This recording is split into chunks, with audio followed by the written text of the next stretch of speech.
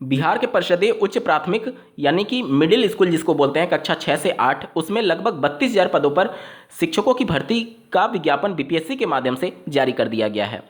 अभी detail notification आना बाकी है। इन सभी के बीच में अभ्यर्थियों के मन में ये संदेह है कि जो नियमावली है जो 20 सितंबर 2023 को बिहार राज्य सरकार के द्वारा जारी की गई थी उसमें 3 प्रकार के शिक्षकों का जिक्र किया गया है। पहला गणित और विज्ञान, दूसरा सामाजिक विज्ञान और तीसरा भाषा शिक्षक। और जब आप इसकी एलिजिबिलिटी में देखते हैं तो यहाँ पर बीए और बीएससी का जिक्र तो किया गया है मिनिमम एलिजिबिलिटी में, लेकिन ना तो बीकॉम का जिक्र किया गया, ना बीबीए का जिक्र किया गया, ना बीटेक का जिक्र किया गया। तो क्या बीकॉम, बीटेक और ये सभी अन्य स्ट्रीम वाले कैंडिडेट इसमें एलिजिबल होंगे अथवा नहीं 6 से 8 वाली भर्ती में? इसके बारे में लगातार आपके कमेंट के माध्यम से प्रश्न आ रहे हैं। साथ ही साथ आप लोग के सब्जेक्ट कॉम्बिनेशन को लेकर के भी प्रश्न आ रहे हैं। जिस प्रकार से टीजीटी पीजीटी में सब्जेक्ट कॉम्बिनेशन मांगा जाता है, क्या इसमें भी सब्जेक्ट कॉम्बिनेशन मांगा जाएगा? साथ ही साथ ऐसे अभ्यर्थियों के भी कमेंट आ रहे हैं जैसे कि ग्रेजुएशन अगर आप बीटेक देखेंगे तो 4 वर्ष का होता है, और अगर आप बीए देख लीजिए, बीएससी देख लीजिए तो वो 3 वर्ष का होता है। और बीए बीएससी में आपके जो सब्जेक्ट होते हैं, एक सब्जेक्ट ऐसा होता है जो कि 3 साल आप पढ़ते हैं और कुछ सब्जेक्ट ऐसे होते हैं जो कि आप सेकेंड ईयर में जाकर के या फिर थर्ड ईयर में जाकर के उसको छोड़ देते हैं। तो उस कंडीशन में क्या जिस सब्जेक्ट मिनिमम एलिजिबिलिटी के तौर पर मांगा जाएगा क्या वो 3 वर्ष होना अनिवार्य है? ऐसे तमाम प्रश्नों का जवाब इस वीडियो में ढूंढने की कोशिश करेंगे। अंत तक जरूर जुड़े रहिएगा। नमस्कार दोस्तों, मेरा नाम है नीरज, आप देख रहे हैं कैरियर बिट यूट्यूब चैनल। अगर आप इस चैनल पर पहली बार विजिट कर रहे हैं तो इसको सब्सक्राइब करते हुए बेल आइकन को प्रेस करना ना भूलें। बिहार राज्य सरकार के द्वारा उच्च प्राथमिक टीजीटी पीजीटी के जो नियमावली जारी की गई है वो नियमावली अभी आप अपने स्क्रीन पर देख पा रहे होंगे। ये नियमावली जो बनाई गई है आरटी एक्ट 2009 के प्रावधानों और एनसीटी की गाइडलाइन के अनुसार बनाई गई है। आरटी एक्ट 2009 को अगर आप ध्यान से पढ़ेंगे तो उसमें उच्च प्राथमिक विद्यालयों में यही 3 प्रकार के शिक्षकों का जिक्र किया गया है, क्योंकि उच्च प्राथमिक विद्यालयों में जो कक्षा 6 से 8 में पढ़ाई होती है उसमें मेन सब्जेक्ट यही है, गणित है, विज्ञान है, सामाजिक विज्ञान है और लैंग्वेज का पेपर होता है। ठीक है, तो अब जिस लेवल को पढ़ाने जा रहे हैं आप 6 से 8 में, जाहिर सी बात है उसमें जो सब्जेक्ट पढ़ाया जाएगा उसी के तो टीचर हायर किए जाएंगे। तो यहाँ पर जो बात की गई है कि इसमें बीकॉम का जिक्र नहीं किया गया है या फिर बीटेक का जिक्र नहीं किया गया, तो बीकॉम में जो भी सब्जेक्ट पढ़ाए जाते हैं, अकाउंटेंसी की बात कर लीजिए या फिर जो भी बात कर लीजिए, वो कॉमर्स वाले सब्जेक्ट 6 से 8 में नहीं पढ़ाए जाते हैं। वो कॉमर्स वाला आपका 9th से शुरू होता है। ठीक है, इसलिए आप देखेंगे टीजीटी में या पीजीटी में उस प्रकार के लिए अलग से कॉमर्स वाले के लिए एलिजिबिलिटी आती है, लेकिन 6 से 8 में कॉमर्स वालों के लिए एलिजिबिलिटी नहीं आती है, क्योंकि कॉमर्स में जो सब्जेक्ट पढ़ाए जाते हैं बीकॉम में वो आपके 6 से 8 में सब्जेक्ट होते ही नहीं है। इसी प्रकार से आप देखिए जैसे बीबीए की बात कर लीजिए या फिर बीटेक की बात कर लीजिए तो वो सारे सब्जेक्ट यहाँ पर नहीं पढ़ाए जाते हैं। लेकिन ऐसा नहीं है कि इससे अभी बिल्कुल स्पष्ट हो गया कि आप एलिजिबल नहीं होंगे। देखिए बीकॉम वाले जो कैंडिडेट होते हैं, बीबीए वाले जो कैंडिडेट होते हैं, वो जब सीटेट अपर प्राइमरी में अप्लाई करने जाते हैं तो वो पेपर 2 वाले में जो सब्जेक्ट मांगा जाता है उनसे सब्जेक्ट ऑफर्ड करके वो सोशल साइंस एसएसटी से वो लोग अप्लाई करते हैं। और जो बीटेक वाले होते हैं या फिर बीएससी वाले होते हैं वो किससे अप्लाई करते हैं? वो मैथमेटिक्स एंड साइंस वाले से अप्लाई करते हैं। अभी उत्तर प्रदेश में जो जूनियर एडेड की शिक्षक भर्ती हुई थी उसमें बीटेक वाले अभ्यर्थी के संदर्भ में कोई भी स्पष्ट गाइडलाइन नहीं था।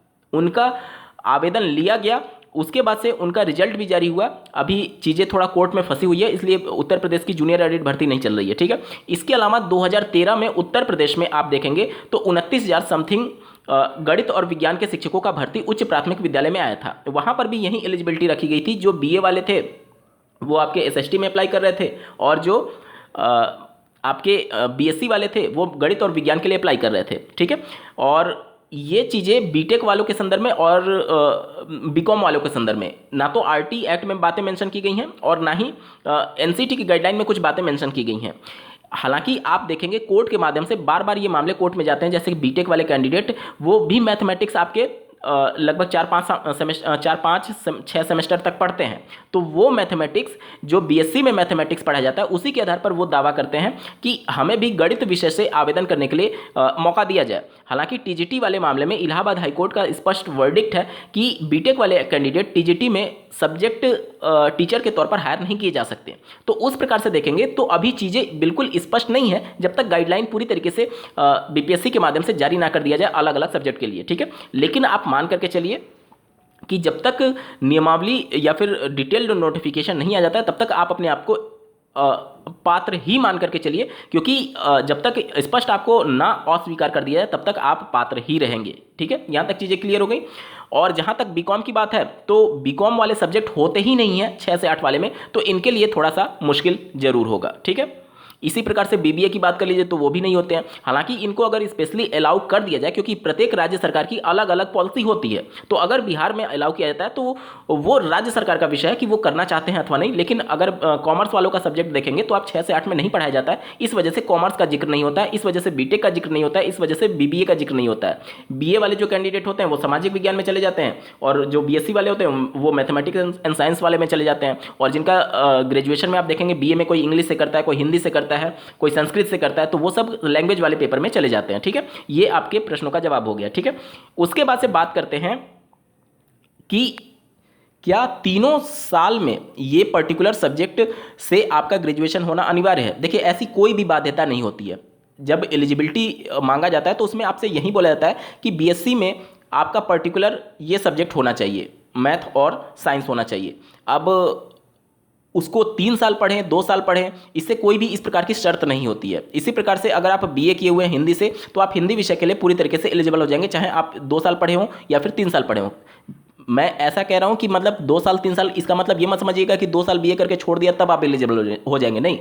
2 साल तक आपने हिंदी पढ़ा और तीसरे साल में जाकर के आपने हिंदी छोड़ करके जो मेन सब्जेक्ट था उसको आपने कंटिन्यू किया। इस परिप्रेक्ष्य में मैं बोल रहा हूं, चीजें आपको स्पष्ट हो रही होंगी। ठीक है, अगर आपने इंग्लिश से किया है तो आप इंग्लिश वाले के लिए एलिजिबल हो जाएंगे। ठीक है, और गणित और विज्ञान में ये सेक्शन ऐसा है जिसमें गणित भी पूछा जाएगा और विज्ञान भी पूछा जाएगा।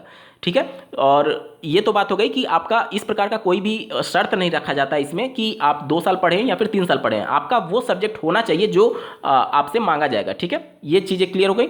इसके बाद से अभ्यर्थियों का ये प्रश्न आता है कि जैसे मान लीजिए कि गणित और विज्ञान वाला हो गया या फिर सामाजिक विज्ञान वाला हो गया, तो जिस प्रकार से टीजीटी पीजीटी में सब्जेक्ट कॉम्बिनेशन होता है सामाजिक विज्ञान को लेकर के कि 4 सब्जेक्ट मांगे जाते हैं, उसमें से कोई भी 2 आपके पास होना चाहिए ग्रेजुएशन में। देखिए, यहाँ पर इस प्रकार की शर्त नहीं होती है। अभी बिहार की तो इसके संबंध में अभी जब डिटेल नोटिफिकेशन आएगा तब पता चलेगा, लेकिन उत्तर प्रदेश और अन्य राज्यों में जो अपर प्राइमरी की वैकेंसी आती है उसमें सिर्फ आपसे ये पूछा जाएगा कि बीए में आपका सोशल साइंस था या नहीं। अब सोशल साइंस के कई ब्रांचेज हैं, सामाजिक विज्ञान के कई ब्रांचेज हैं, तो वहां पर आपसे कॉम्बिनेशन नहीं पूछा जाएगा, सिर्फ ये पूछा जाएगा कि आपका एसएसटी था या नहीं। ठीक है, बीए में आपका एसएसटी था या नहीं। अब उस जितने भी ब्रांचेज हैं उसमें से कोई भी अगर आपका है तो आप एलिजिबल हो जाते हैं आवेदन करने के लिए। ठीक है, इसमें सब्जेक्ट कॉम्बिनेशन का बहुत ज़्यादा लफड़ा नहीं होता है अपर प्राइमरी वाले में।